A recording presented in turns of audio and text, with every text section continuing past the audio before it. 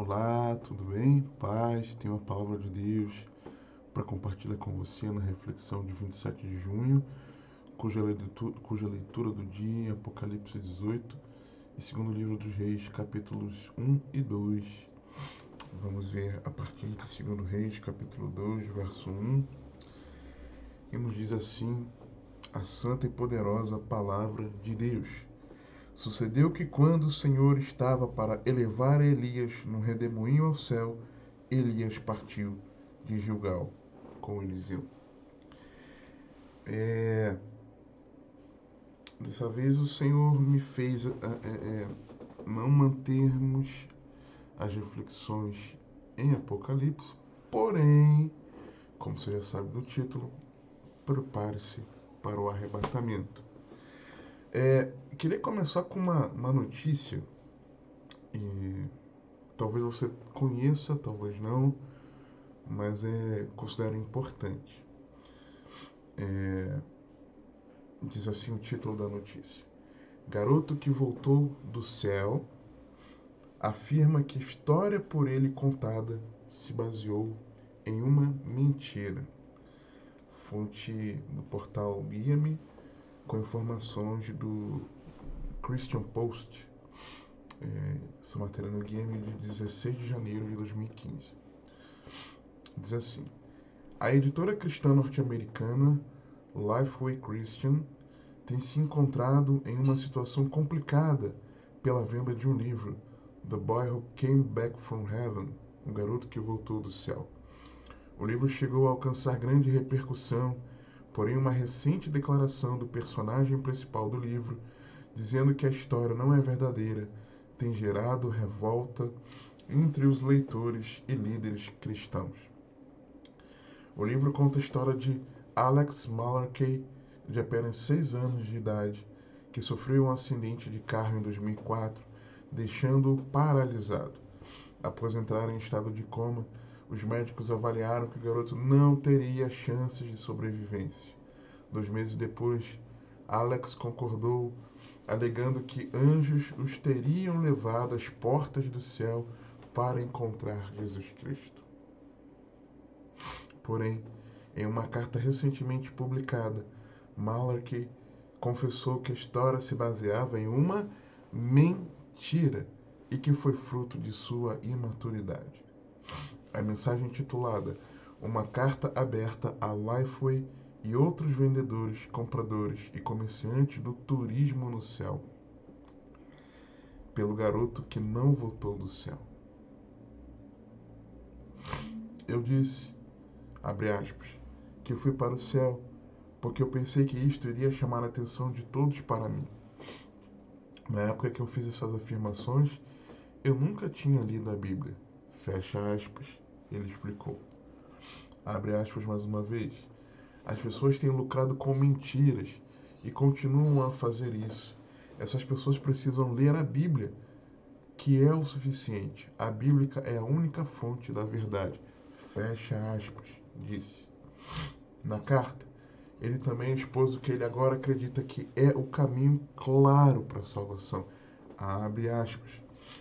É somente através do arrependimento de seus pecados e uma crença em Jesus como Filho de Deus, que morreu por seus pecados, mesmo que ele mesmo não tivesse cometido nenhum erro, de modo que você pode ser perdoado se aprender sobre o céu baseado no que está escrito na Bíblia, não lendo uma obra feita por homens. Fecha aspas, afirmou. Eu tinha esse livro, nunca li. Eu tinha o DVD, já assisti algumas vezes, prestamos para alguém, ficou perdido por aí. Talvez aquele da capinha azul. E talvez você tenha o livro ou o DVD e talvez não sabia disso, que foi uma mentira do garoto. E isso eu assisti esse filme muitos anos atrás, tá? Antes de 2015. Porém, a Bíblia nos diz algumas coisas importantes. Por exemplo, eu pessoalmente entendo na palavra que Moisés teve uma fotografia do santuário. Por quê? Veja que nos diz Êxodo 25, versos 8 e 9. E me farão um santuário, e habitarei no meio deles, conforme a tudo que eu te mostrar para modelo do tabernáculo, e para modelo de todos os teus pertences, assim mesmo o fareis. Verso 40 agora. Atenta, pois, que o faças conforme ao seu modelo, que te foi mostrado no monte. Moisés viu algum modelo que Deus mostrou para ele, ok? Hebreus 8, 1 a 5. Ora, a suma do que temos dito é que temos um sumo sacerdote tal, que está assentado nos céus à destra do trono da majestade, ministro do santuário e do verdadeiro tabernáculo, o qual o Senhor fundou, e não um homem, porque todo sumo sacerdote é constituído para oferecer dons e sacrifícios. Por isso era necessário que este também tivesse alguma coisa que oferecer. Ora, se ele estivesse na terra, nem tão pouco sacerdote seria, havendo ainda sacerdotes que oferecem dons segundo a lei, os quais servem de exemplo e sombra das coisas celestiais, como Moisés divinamente foi avisado, estando já para acabar o tabernáculo, porque foi dito: olha, faze tudo conforme o modelo que no monte se te mostrou. Por esses textos, eu entendo que Deus mostrou uma fotografia, ou chamar assim, a Moisés, do tabernáculo no céu. Talvez você fique escandalizado com o que eu vou falar aqui agora. A Bíblia nos diz, eu entendo assim também, que Davi viu algo lá do céu. Primeiro livro de Crônicas, capítulo 15, verso 1. Davi também fez para si, na cidade de Davi, e preparou um lugar para a arca de Deus e armou-lhe uma tenda. Capítulo 16, verso 1. Trouxeram, pois, a arca de Deus e a puseram no meio da tenda que Davi lhe tinha armado, e ofereceram holocaustos e sacrifícios pacíficos perante Deus. Dá uma pausa aqui. Deus mostrou a Moisés uma fotografia do tabernáculo, entendo eu assim. E a arca ali no tabernáculo, ok?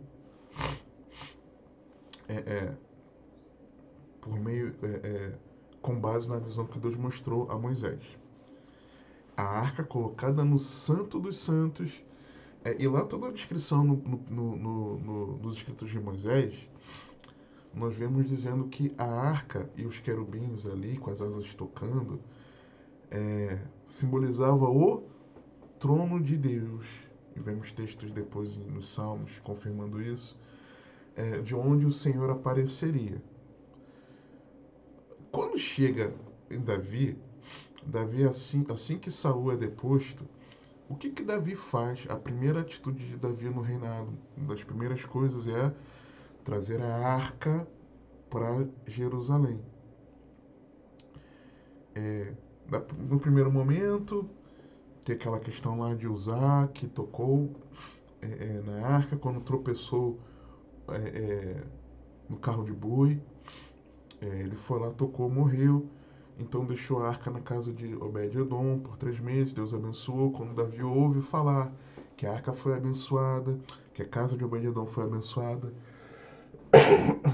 na casa de Obed-Edom, e dizem estudiosos que ele tem uma origem étnica, mas não vem ao caso aqui explicar agora. Davi então toma a arca, né? Novamente, vamos trazer a arca, agora do jeito certo, com o sacerdote.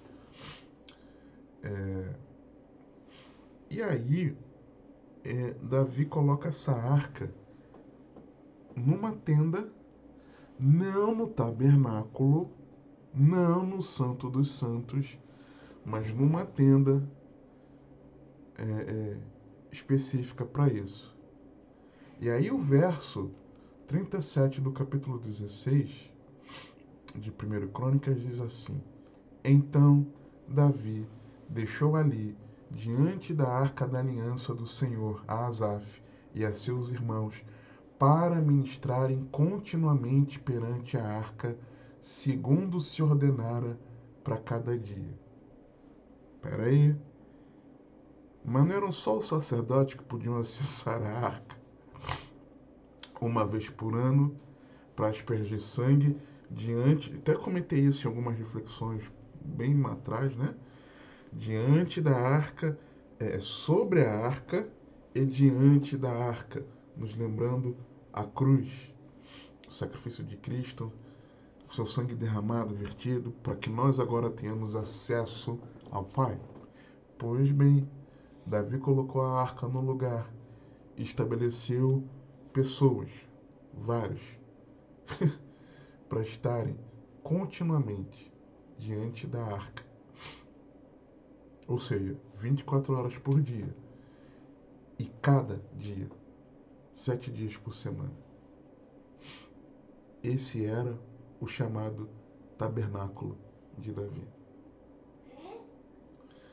Deus não repreendeu Davi. Pelo contrário. A partir disso, Davi teve um reinado vitorioso. Firmou uma aliança com ele, de que do seu descendente viria aquele que reinaria para todo sempre. E que ele, esse descendente, edificaria uma casa para Deus, que não habita em templos feitos por mãos de homens. Apontando, claro, para Jesus Cristo, que edificaria uma casa para Deus, como fundamento da casa espiritual, que é a igreja do Deus vivo.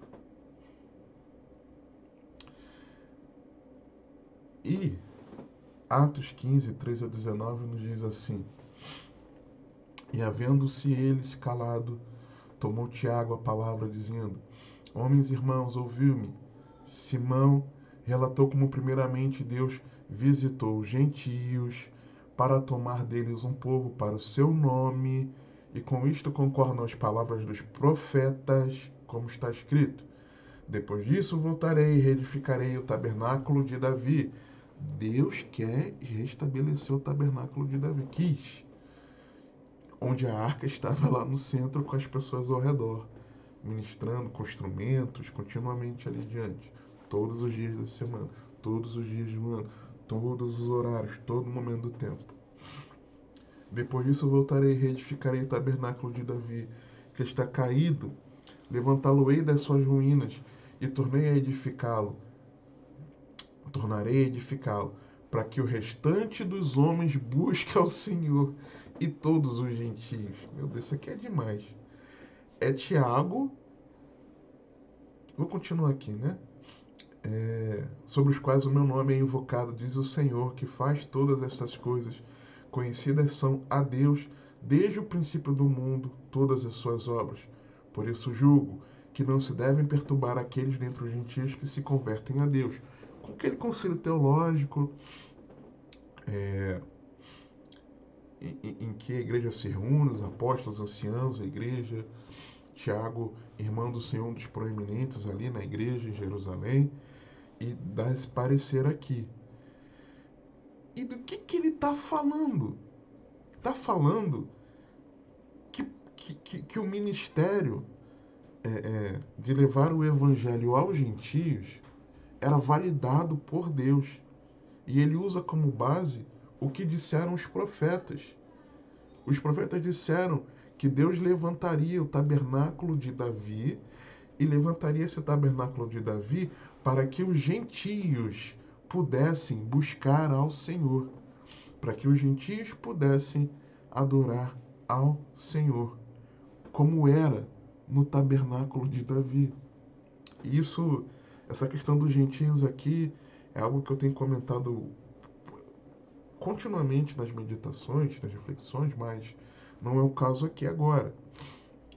Mas o fato é que Tiago referenda os gentios como participantes da igreja, usando um texto profético, que é esse texto aqui de Amós, capítulo 9, versos 11 e 12. Me lembro que eu mencionei essa correlação, me lembro por alto que sim, quando eu tratava sobre Atos 15. Diz assim: naquele dia tornarei a levantar o tabernáculo caído de Davi. Que tabernáculo é esse? De colocar a tenda, uma tenda para a arca do Senhor ali no meio e pessoas ao redor ministrando diante da arca. E repararei as suas brechas e tornarei a levantar as suas ruínas e o edificarei como nos dias da antiguidade, para que possua o restante de Edom e todos os gentios que são chamados pelo meu nome, diz o Senhor que faz essas coisas. Gentios. Isaías 16:5. Presta atenção nisso, pelo amor de Deus. Porque o trono se firmará em benignidade e sobre ele, no tabernáculo de Davi, se assentará em verdade que julgue e busque o juízo e se apresse a fazer justiça. Um trono sobre o qual, no tabernáculo de Davi. Da onde que Davi tirou isso? De colocar a arca nesse tabernáculo, de colocar pessoas ao redor louvando, uma adoração, uma celebração constante ao Senhor, proclamação dos juízos de Deus. Da onde que Davi tirou isso? Eu creio que Davi viu a adoração na sala do trono. Apocalipse 4, versos 1 a 11. Depois dessas coisas olhei, e eis que estava uma porta aberta no céu, e a primeira voz que como de trombeta ouvira falar comigo, disse: sobe aqui, e mostrar-te-ei as coisas que depois destas devem acontecer. E logo fui arrebatado em espírito, e eis que um trono estava posto no céu. Trono. Lembra de Isaías? E um assentado sobre o trono, e o que simbolizava a arca lá no tabernáculo, quando Moisés a colocou dentro do Santo dos Santos. E eis que um trono estava posto no céu, e um assentado sobre o trono, e o que estava sentado era na aparência semelhante à pedra jaspe sardônica, e o arco celeste estava ao redor do trono, e parecia semelhante à esmeralda, e ao redor do trono havia 24 tronos, e vi assentados sobre os tronos 24 anciãos, vestidos de vestes brancas, e tinham sobre suas cabeças coroas de ouro, e do trono saíam relâmpagos e trovões e vozes, e diante do trono ardiam 7 lâmpadas de fogo, as quais são 7 Espíritos de Deus, e havia diante do trono como um mar de vidro, semelhante ao cristal. E no meio do trono, e ao redor do trono, 4 seres cheios de olhos, por diante e por detrás. E o primeiro ser era semelhante a um leão, e o segundo ser semelhante a um bezerro, e tinha o terceiro ser o rosto como de homem, e o quarto ser era semelhante a uma águia voando. E os 4 seres tinham cada um de per si 6 asas ao redor, e por dentro estavam cheias de olhos, e não descansam nem de dia nem de noite, dizendo: Santo, Santo, Santo é o Senhor Deus, o Todo-Poderoso, que era, e que é, e que há de vir. E quando os seres davam glória e honra e ações de graças ao que estava sentado sobre o trono, ao que vive para todo sempre, os 24 anciãos prostraram-se diante do que estava sentado sobre o trono, e adoravam o que vive para todo sempre, e lançavam as suas coroas diante do trono, dizendo: digno és, Senhor, de receber glória e honra e poder, porque tu criaste todas as coisas, e por tua vontade são e foram criadas. Para mim, Davi viu isso aqui, a sala do trono, daquela multidão em volta do trono, adorando ao Senhor. Por isso que, lembra daquela reflexão, um encontro de 2 corações, do desejo eterno de Deus, de habitar entre o homem, de estar ali presente, desde o Éden até Apocalipse. Começou no jardim, vai terminar na Santa Cidade. Passamos pelo jardim, depois do jardim o tabernáculo, depois do tabernáculo o tabernáculo de Davi, tá? Depois o templo Deus permitiu, depois numa pessoa, no Emanuel, depois dentro de nós, dos discípulos de Cristo, e depois na Nova Jerusalém, na visão da sala do trono.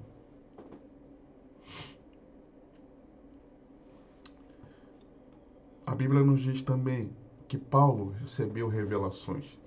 Segundo aos Coríntios 12, 1 a 7. Em verdade que não convém gloriar-me, mas passarei as visões e revelações do Senhor. Conheço um homem, em Cristo, que há 14 anos, se no corpo, não sei, se fora do corpo, não sei, Deus o sabe, foi arrebatado ao terceiro céu, e sei que o tal homem, se no corpo, se fora do corpo, não sei, Deus o sabe, foi arrebatado ao paraíso, e ouviu palavras inefáveis que ao homem não é lícito falar. De alguém assim me gloriarei eu, mas de mim mesmo não me gloriarei, senão nas minhas fraquezas, porque se quiser gloriar-me, não serei nécio, porque direi a verdade. Mas deixo isto para que ninguém cuide de mim mais do que em mim vê ou de mim ouve. E para que não me exaltasse pela excelência das revelações, foi-me dado um espinho na carne, a saber, um mensageiro de Satanás, para me esbofetear, a fim de não me exaltar. Arrebatado ao céu, terceiro céu, arrebatado ao paraíso, ouvindo palavras que ele não conseguia se expressar. A Bíblia nos diz também de que Pedro, Tiago e João viram a transfiguração. Marcos 9, 1 a 9, tiveram um vislumbre do Cristo glorioso do ambiente celestial. Dizia-lhes também, em verdade vos digo que dos que aqui estão, alguns há que não provarão a morte sem que vejam chegado o reino de Deus com poder. 6 dias depois, Jesus tomou consigo a Pedro, a Tiago e a João e os levou sós, em particular, a um alto monte e transfigurou-se diante deles, e as suas vestes tornaram-se resplandecentes, extremamente brancas como a neve, tais como nenhum lavadeiro sobre a terra se poderia branquear. E apareceu-lhes Elias com Moisés, e falavam com Jesus. E Pedro, tomando a palavra, disse a Jesus, Mestre, é bom que estejamos aqui. Esse ambiente é bom, claro. E façamos 3 cabanas, uma para ti, outra para Moisés e outra para Elias. Pois não sabiam o que dizia, porque estavam assombrados. Depois ele lembra disso lá na 2 Pedro capítulo 3, se eu não me engano. Pois não sabia o que dizia, porque estavam assombrados. E desceu uma nuvem que os cobriu com a sua sombra, e saiu da nuvem uma voz que dizia, Este é o meu filho amado, a ele ouvi. E tendo olhado ao redor, ninguém mais viram, senão só Jesus com eles. E descendo eles do monte, ordenou-lhes que a ninguém contassem o que tinham visto, até que o Filho do Homem ressuscitasse dentre os mortos. Depois, João, esse mesmo que passou por essa experiência da transfiguração, João foi arrebatado em espírito. Apocalipse 1, 10 a 20. Eu fui arrebatado no espírito no dia do Senhor, e ouvi de trás de mim uma grande voz, como de trombeta, que dizia, Eu sou o Alfa e o Ômega, o primeiro e o derradeiro. E o que vês, escreve-o num livro, envia-os às 7 igrejas que estão na Ásia, a Éfeso, a Esmirna, e a Pérgamo, e a Tiatira, e a Sardes, a Filadélfia, a Laodiceia.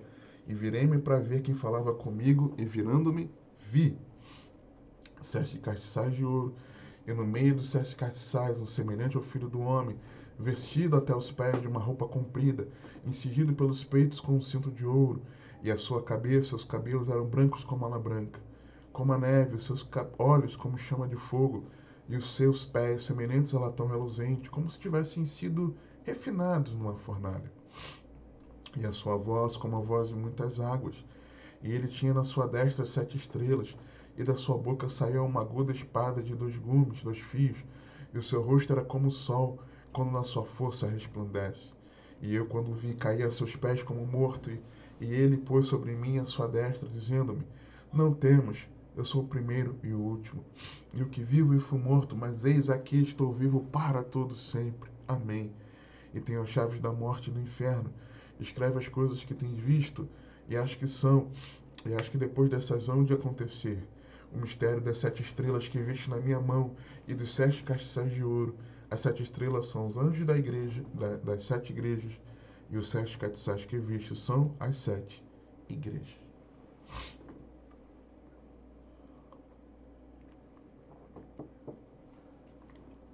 Servos de Deus tiveram a visão das coisas celestiais conforme a Bíblia nos mostra. E como Elias, Enoque foi arrebatado. Gênesis 5, 23 a 24.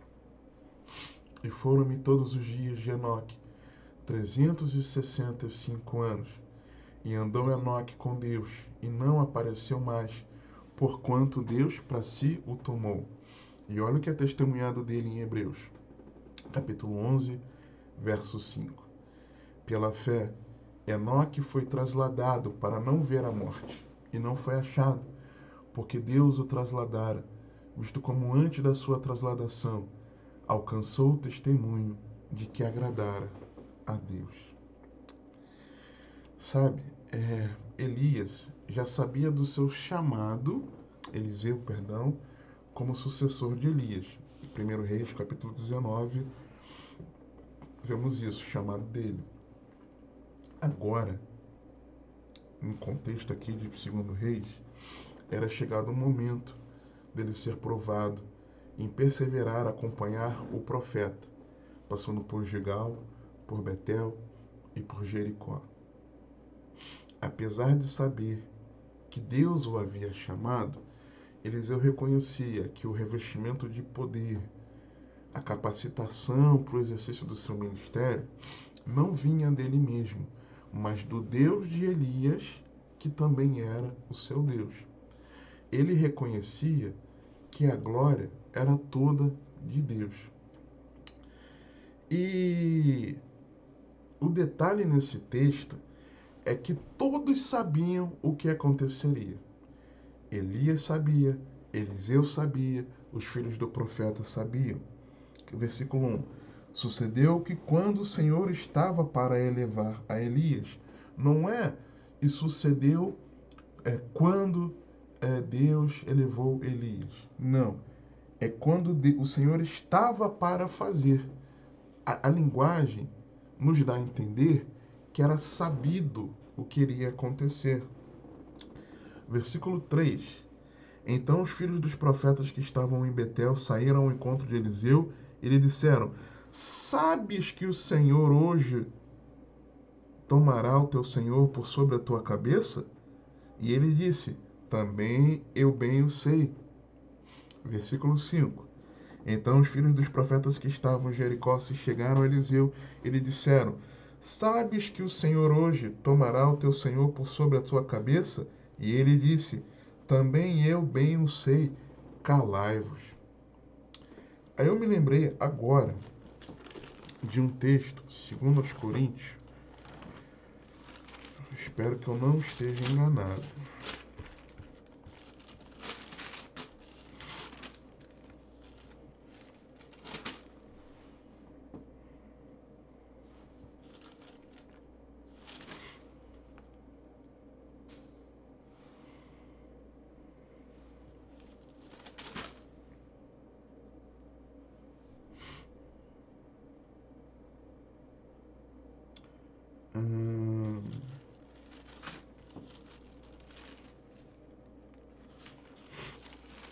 Já vou chegar lá. Você aguarda só.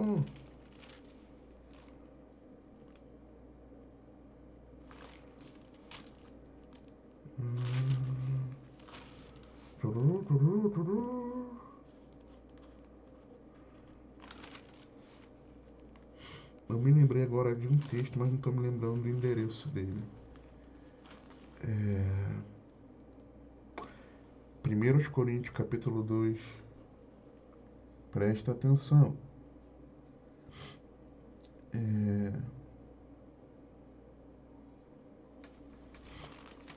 Versículo 6. Todavia, Todavia, falamos sabedoria entre os perfeitos, não porém a sabedoria deste mundo, nem dos príncipes deste mundo que se aniquilam, mas falamos a sabedoria de Deus, oculta em mistério, a qual Deus ordenou antes dos séculos para a nossa glória, a qual nenhum dos príncipes deste mundo conheceu, porque se a conhecessem, nunca crucificariam o Senhor da glória. Mas como está escrito, as coisas que o olho não viu e o ouvido não ouviu, e nem subiram ao coração do homem, são as que Deus preparou para os que o amam. Mas presta atenção no versículo 10. Mas Deus não-las revelou pelo seu Espírito, porque o Espírito penetra todas as coisas, ainda as profundezas de Deus. Porque qual dos homens sabe as coisas do homem, senão o Espírito do homem que nele está? Assim também ninguém sabe as coisas de Deus, senão o Espírito de Deus. Mas nós não recebemos o Espírito do mundo, mas o Espírito que provém de Deus, para que pudéssemos conhecer o que nos é dado gratuitamente por Deus, as quais também falamos, não com palavras que a sabedoria humana ensina, mas com as que o Espírito Santo ensina, comparando as coisas espirituais com as coisas espirituais. Ora, o homem natural não compreende as coisas do Espírito de Deus, porque lhe parecem loucura, e não pode entendê-las porque elas se discernem espiritualmente. Mas o que é espiritual discerne bem tudo, e ele de ninguém é discernido, porque quem conheceu a mente do Senhor para que possa instruí-lo? Mas nós temos a mente de Cristo. E esse é o ponto. Porque essas visões que esses homens tiveram, esse vislumbre do céu, inclusive Paulo que escreveu aqui primeiro aos Coríntios, não são o entendimento pleno de como será, mas um vislumbre, uma fotografia, um momento, uma fração, uma porção daquilo que de fato é. Só que a forma de nós termos acesso a essa realidade de coisas que Deus preparou para nós e que a mente humana não é capaz de compreender, Deus a fez ser revelada por meio da sua palavra. E o que Deus nos instrui na sua palavra sobre isso? É o que eu vejo, que esse texto aqui de 2 Reis, capítulo 2, nos ensina. Porque lembra que eu comentei que todo mundo sabia que Elias seria arrebatado?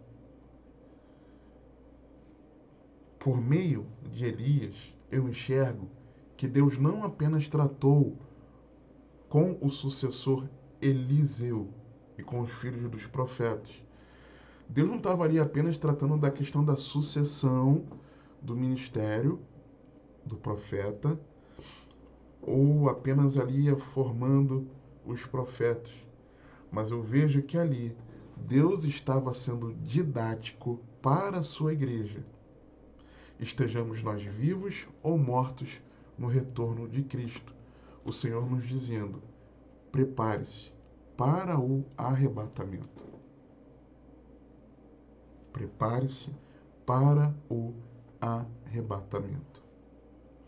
A igreja será arrebatada. 1 Tessalonicenses capítulo 4, versos 13 a 18.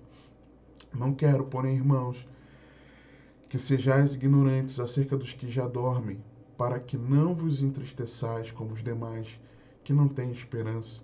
Porque se cremos que Jesus morreu e ressuscitou, assim também aos que em Jesus dormem, Deus os tornará a trazer com ele.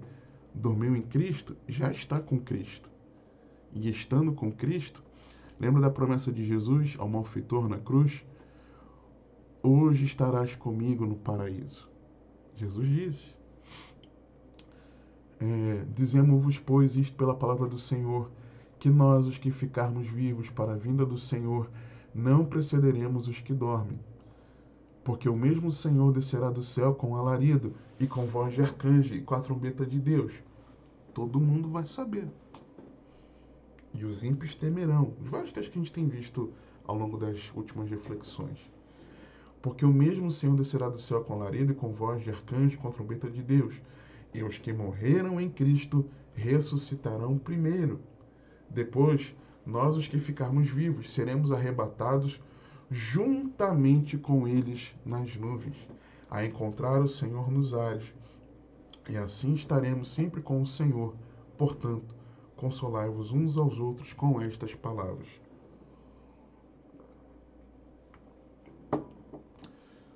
Todos que estiverem em Cristo serão arrebatados. Se já tiverem morrido, virão do paraíso, ressuscitarão em corpos gloriosos, para juntos, vivos e mortos em Cristo, ressuscitados, encontrarem com o Senhor nos ares. E aí é importante um alerta, porque a nossa meditação de Apocalipse 18, ela nos alerta em alguns versículos coisas importantes.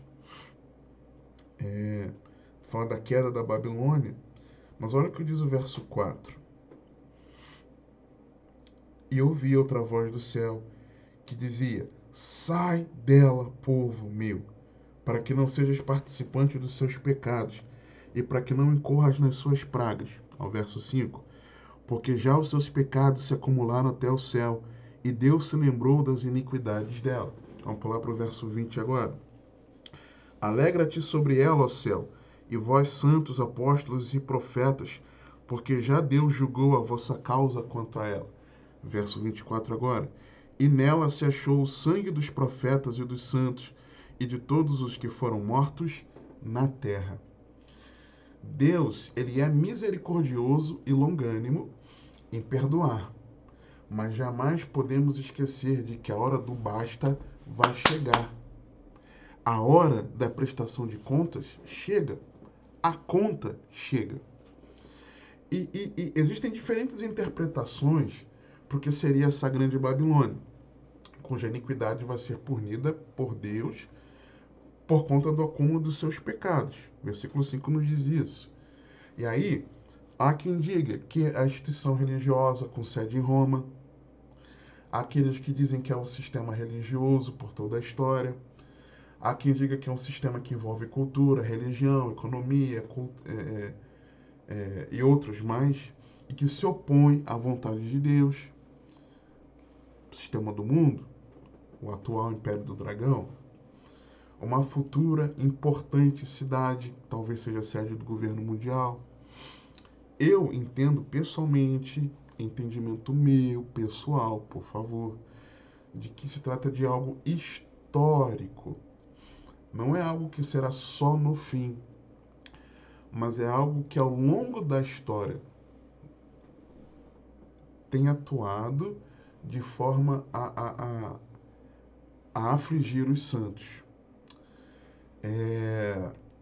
E que possivelmente, eu entendo também, que vai ter uma cidade física como ícone desse último império sobre o governo do anticristo.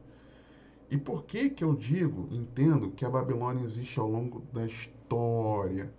Porque claramente a Bíblia diz aqui que ela foi responsável pelo derramar de sangue ao longo da história.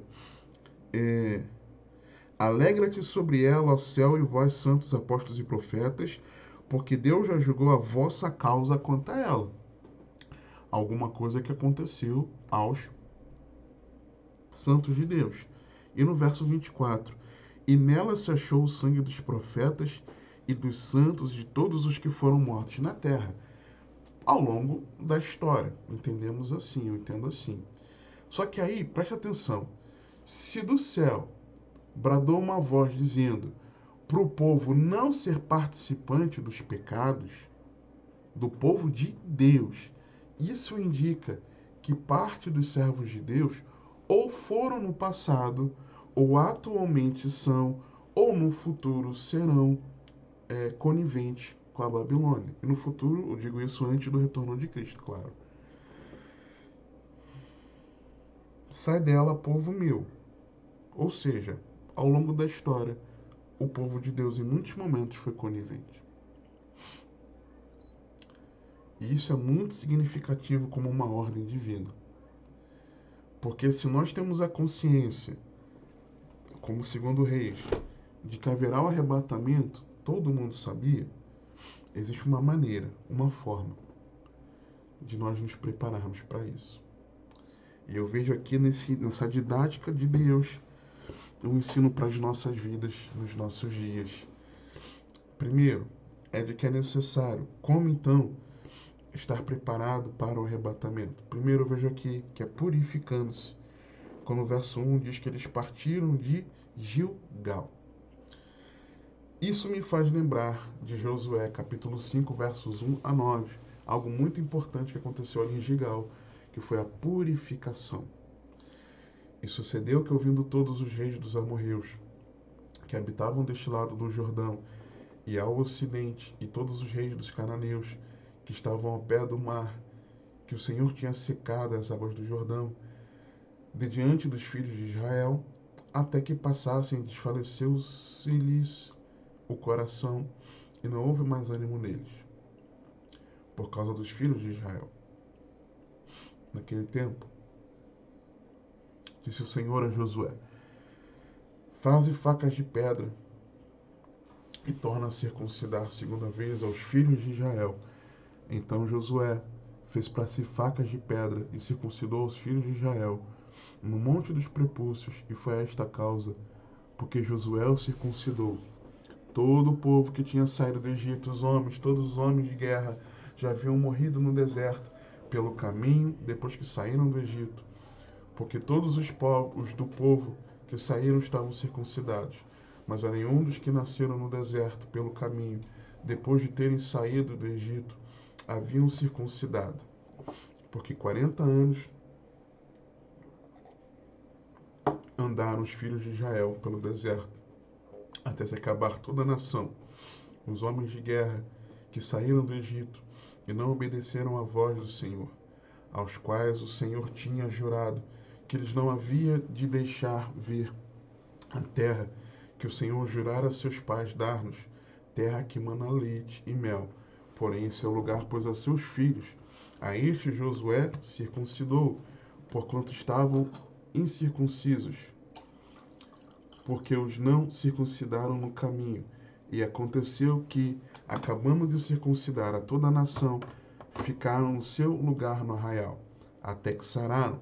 Disse mais o Senhor a Josué: hoje retirei de sobre vós o opróbrio do Egito. Por isso o nome daquele lugar se chamou Gilgal, até ao dia de hoje.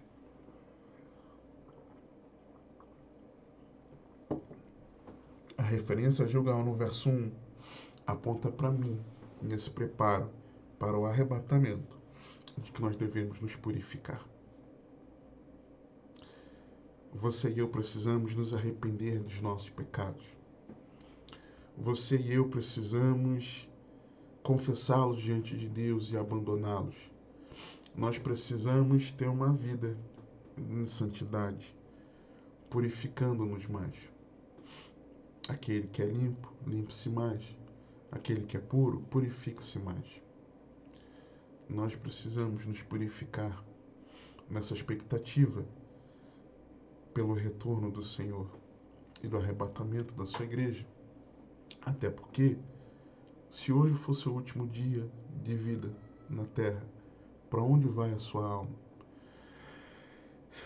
Tanto os vivos quanto os que estiverem mortos no Senhor serão arrebatados. Você está pronto para se encontrar com o Senhor? Segundo aspecto que eu vejo aqui, dos versos 2 a 3, quando eu leio Betel, é de que é importante desenvolvermos um relacionamento pessoal com Deus. Diz assim o texto sagrado: e disse Elias a Eliseu: fica-te aqui, porque o Senhor me enviou a Betel. Porém Eliseu disse: vive o Senhor e vive a tua alma, que não te deixarei. E assim foram para Betel. Então os filhos dos profetas que estavam em Betel Saíram ao encontro de Eliseu e lhe disseram: Sabes que o Senhor hoje tomará o teu senhor por sobre a tua cabeça? E ele disse: Também eu o sei, calai-vos. Ou seja, em Gilgal, a consciência do arrebatamento, purificar-nos dos nossos pecados, conscientes de que Jesus voltará em breve. Desenvolver um relacionamento pessoal com Deus, porque lá em Betel foi o local onde Jacó teve uma experiência com Deus, do relacionamento pessoal, onde ele decidiu que o Deus dos seus pais agora seria o seu Deus, que ele teria um relacionamento pessoal com Deus. Gênesis 28, 10 a 12. Partiu, pois, Jacó de Berseba e foi a Harã, e chegou a um lugar onde passou a noite, porque já o sol era posto. E tomou uma das pedras daquele lugar, e a pôs por seu travesseiro, e deitou-se naquele lugar, e sonhou, e eis uma escada posta na terra, cujo topo tocava nos céus. E eis que os anjos de Deus subiam e desciam por ela. E eis que o Senhor estava em cima dela, e disse: Eu sou o Senhor Deus de Abraão, teu pai, e o Deus de Isaque. Esta terra em que estás deitado, darei a ti e a tua descendência. E a tua descendência será como o pó da terra, e estender-se-á ao ocidente, ao oriente, ao norte e ao sul. E em ti e na tua descendência serão benditas todas as famílias da terra, reafirmando a promessa da salvação pela fé, da justificação pela fé aos gentios. E eis que estou contigo, e te guardarei por onde quer que fores, e te farei tornar a esta terra, porque não te deixarei perdão, até que haja cumprido o que te tenho falado. Acordando, pois, Jacó do seu sono, e disse: Na verdade, o Senhor está neste lugar, e eu não sabia. E temeu e disse: Quão terrível é este lugar! Este não é outro lugar senão a casa de Deus, e esta é a porta dos céus. Então levantou-se Jacó pela manhã de madrugada, e tomou a pedra que tinha posto por seu travesseiro, e a pôs por coluna, e derramou azeite em cima dela, e chamou o nome daquele lugar Betel. O nome, porém, daquela cidade antes era Luz. E Jacó fez um voto, dizendo: Se Deus for comigo, e me guardar nesta viagem que faço, e me der pão para comer, e vestes para vestir, e eu em paz tornar a casa de meu pai, o Senhor me será por Deus. Se eu não me engano, eu comentei até uma reflexão sobre isso, né? O Senhor é meu Deus. E esta pedra que tenho posto por coluna será casa de Deus, e de tudo quanto me deres, certamente te darei o dízimo. Betel é o lugar do encontro com Deus. Betel é o lugar de você ter um relacionamento pessoal com Ele. Purificando-se, desenvolvendo um relacionamento pessoal. Mas também, em terceiro lugar, eu vejo que é priorizando a Deus. Porque versos 4 e 5 nos falam de Jericó. E Elias lhe disse: Eliseu, fica-te aqui, porque o Senhor me enviou a Jericó. Porém ele disse: Vive o Senhor e vive a tua alma, que não te deixarei. E assim foram a Jericó.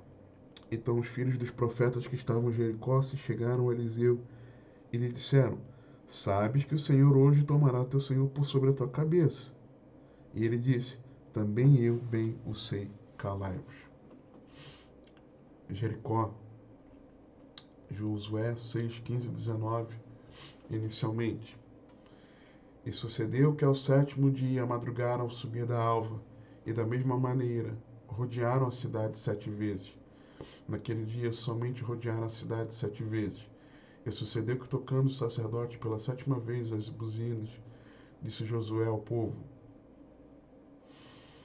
Gritai, porque o Senhor vos tem dado a cidade. Porém a cidade será anátema ao Senhor, ela e tudo quanto houver nela. Somente a prostituta Raabe viverá, ela e todos os que com ela estiverem em casa, porquanto escondeu os mensageiros que enviamos.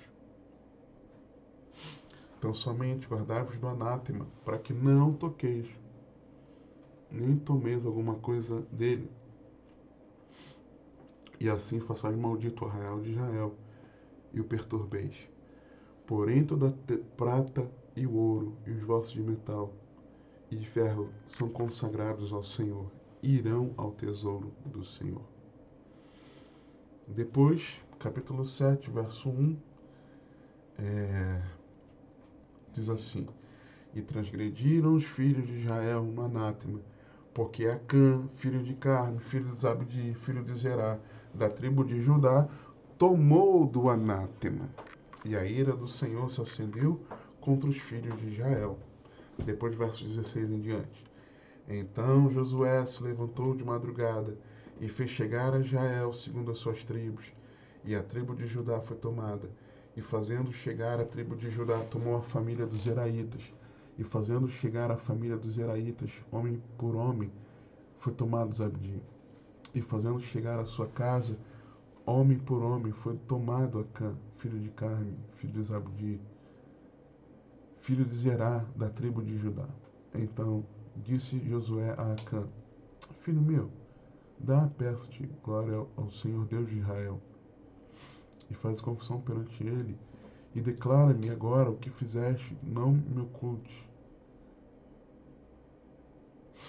Não me oculte. E respondeu Acã a Josué e disse: Verdadeiramente pequei contra o Senhor Deus de Israel, e fiz assim e assim.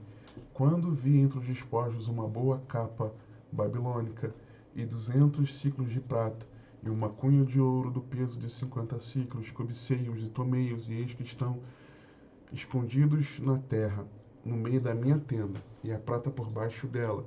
Então Josué enviou mensageiros que foram correndo à tenda, e eis que tudo estava escondido na sua tenda, e a prata por baixo. Tomaram, pois, aquelas coisas do meio da tenda, e as trouxeram a Josué, e a todos os filhos de Israel, e as puseram perante o Senhor.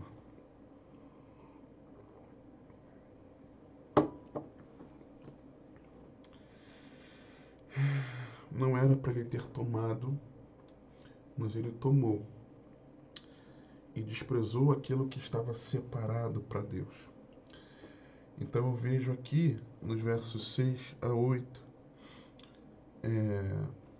versos 4 e 5, de Jericó, com a consciência de que ele ia ser tomado, é de que Deus está aqui nos ensinando, de que nessa expectativa, por sermos arrebatados, estejamos vivos no retorno de Cristo ou não,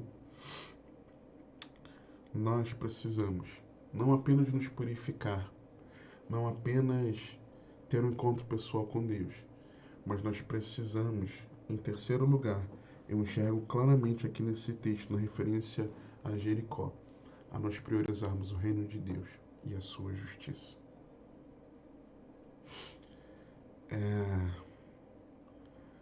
Queremos viver aqui nessa terra com as mãos não apenas com as mãos e os pés aqui, mas com a mente e o coração também. Está errado.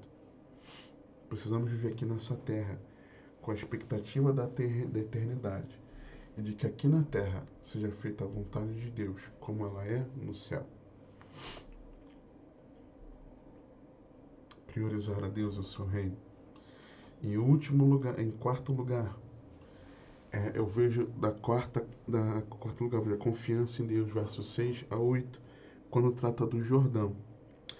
E Elias disse: Fica-te aqui, porque o Senhor me enviou ao Jordão.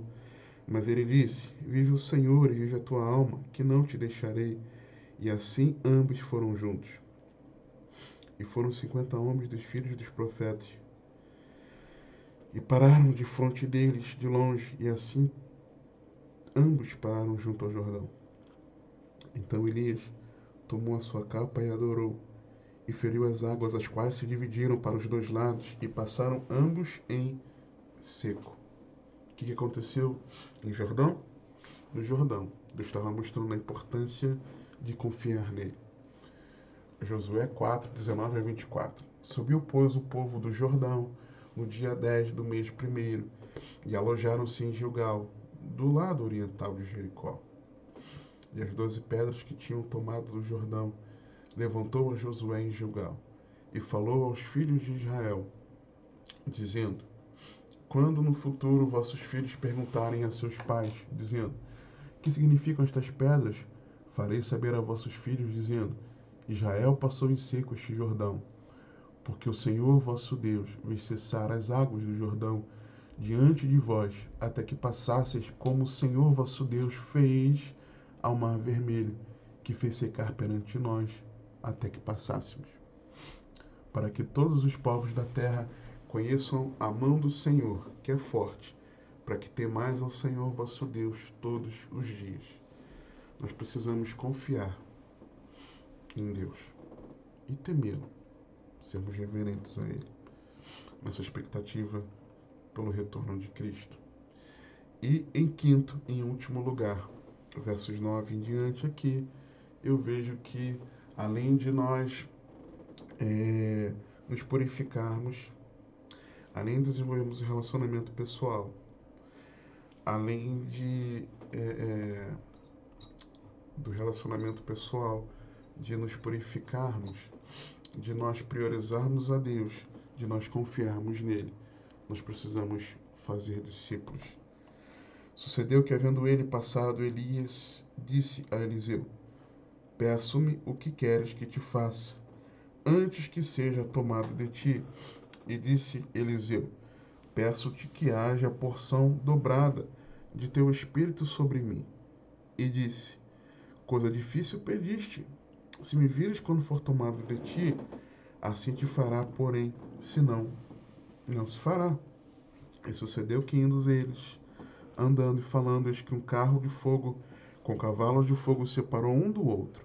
E Elias subiu ao céu num redemoinho. Elias não subiu no carro de fogo, tá? Lembre-se disso.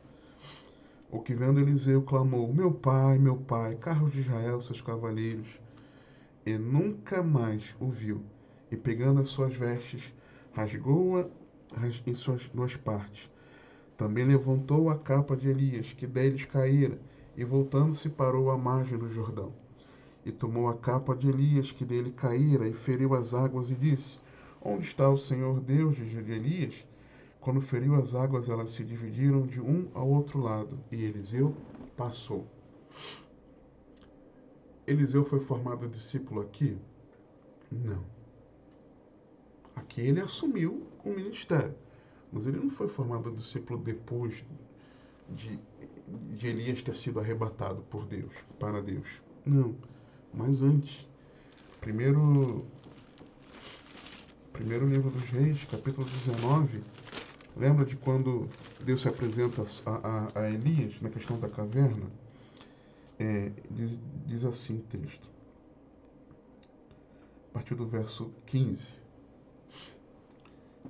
E o Senhor lhe disse: vai, volta pelo teu caminho para o deserto de Damasco, e chegando lá, unge a Azael, rei sobre a Síria, também a Jeú, filho de Nimsi, ungirás rei de Israel, e também a Eliseu, filho de Safate, de Abel-Meloá, ungirás profeta em teu lugar. E há de ser que o que escapar da espada de Azael, matá-lo-á Jeú, e o que escapar da espada de Jeú, matá-lo-á Eliseu. Também deixei ficar em Israel 7.000, todos os joelhos que não se dobraram a Baal, e toda a boca que não o beijou.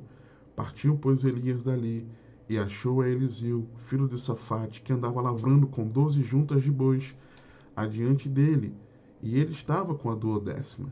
E Elias passou por ele e lançou a sua capa sobre ele.